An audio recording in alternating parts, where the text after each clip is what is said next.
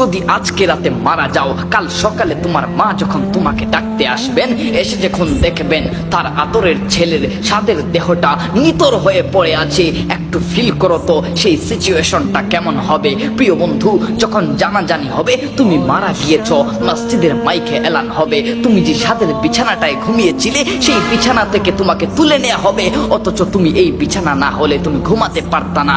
এই বিছানা থেকে তুলে নিয়ে তোমাকে শুইয়ে দেওয়া হবে একটা খাটিয়ার মধ্যে, একটা কাঠের খাটিয়ার মধ্যে।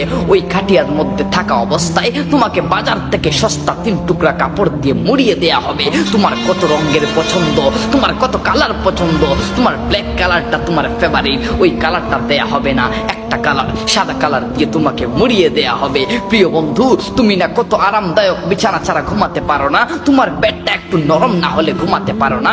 ওই তোমাকেই নিয়ে মাটির বিছানায় 3.5 হাত গর্ত করে ওইখানে রেখে আসা হবে, যেখানের মধ্যে একটু আলো থাকবে না। এই যুগে একবার কারেন্ট নিলে তুমি না 3 বার 4 বার করে গালি দাও, কারেন্টটা একটু আসতে দেরি হলে তুমি গালি গালাজ করো, ওই তোমাকেই একটা অন্ধকার করে রাখা হবে।